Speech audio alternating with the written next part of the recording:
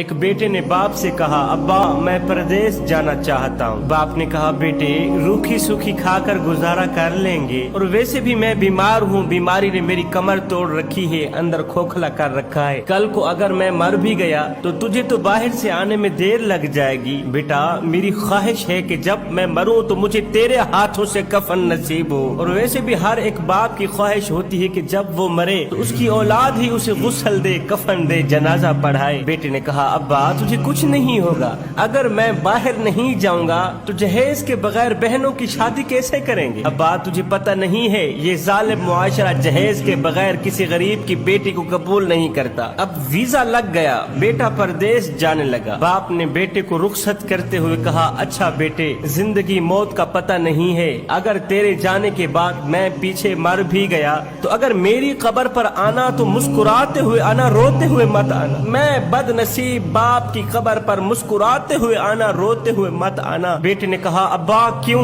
باپ نے کہا بیٹے کیونکہ اس وقت تیرے آنسو صاف کرنے کے لیے میرے پاس ہاتھ نہیں ہوں گے، اگر تو میری قبر کے اوپر کھڑے ہو کر روتا رہا، سسکتا رہا تو بیٹے مجھے تو قبر کے اندر بھی سکون نہیں ملے گا، مجھے تو قبر کے اندر بھی چین نہیں ملے گا۔ خیر بیٹے نے جدائی کا پٹا اپنے گلے میں ڈال کر دوسرے ملک جا کر خوب محنت کی، خوب پیسہ کمایا۔ جب باپ کو کال کرتا تو باپ کہتا چھوڑو بیٹے واپس آ جاؤ، چھوڑو بیٹے اپنے وطن کو آ جاؤ، تیرے بغیر میرے گھر میں رونق نہیں ہے، تیرے بغیر میرا جینا مرنا ادھورا ہے، تیرے بغیر میرا دل نہیں لگتا، بیٹے واپس آ جاؤ نا۔ اب 2-4 دن تو بوڑھا باپ بہت یاد آیا، لیکن جب پیسوں کی ریل پیل ہونے لگی تو بوڑھا باپ آہستہ آہستہ بھولنے لگا، بیوی بچے یاد آنے لگے، باپ کا خیال دل سے نکلنے لگا، باپ کی فکر دل سے نکلنے لگی۔ پہلے باپ سے 2 دن بعد بات ہوتی تھی، پھر یہ بات ہفتوں میں چلی گئی، پھر مہینوں میں چلی گئی، اب تو سال ہو گیا ہے بیٹے کی کال نہیں آئی۔ جب سال ہو گیا بیٹے کی کال نہیں آئی تو بوڑھا باپ موبائل اٹھا کر موبائل بنانے والے کے پاس گیا، کہا بیٹے میرا موبائل چیک کرو، اس میں سے کال کی آواز نہیں آتی۔ موبائل بنانے والے نے چیک کیا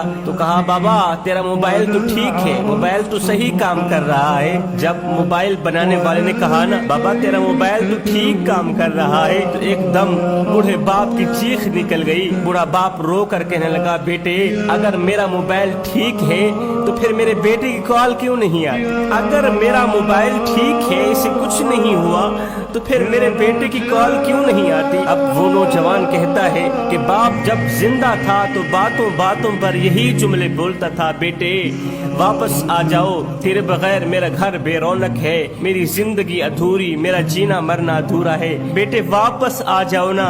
ہائے جب سے بوڑھے باپ کا انتقال ہوا، جب سے بوڑھا باپ اس دنیا فانی سے رخصت ہوا، بوڑھے باپ کے جانے کے بعد آج 10 سال گزر گئے ہیں پردیس میں، آج 10 سال گزر گئے دھکے کھاتے کھاتے۔ بابا کے جانے کے بعد آج تک کسی نے نہیں کہا کہ تیرے بغیر ہماری زندگی ادھوری ہے۔ بابا کے چلے جانے کے بعد آج تک کسی نے نہیں کہا کہ واپس آ جاؤ، تیرے بغیر ہمارا گھر بے رونق ہے، ہماری زندگی بے رونق ہے، واپس آ جاؤ، میرے کان تیری آواز سننے کے لیے ترس رہے ہیں۔ آج بیوی بھی ہے، بچے بھی ہیں، مگر وہ جملے بولنے والا باپ نہیں رہا جو جملے مہینے کی تھکاوٹ، سالوں کی تھکاوٹ ایک پل میں ختم کر دیتے تھے کہ بیٹا واپس آ جاؤ، تیرے بغیر میرا گھر بے رونق ہے۔ اپنے بوڑھے باپ کے آگے اونچی آواز میں بات مت کیا کرو، جس دن یہ خاموش ہو گیا نا پھر اس دن تم اس کی آواز سننے کو ترسو گے۔ کندھوں پہ میرے جب بوجھ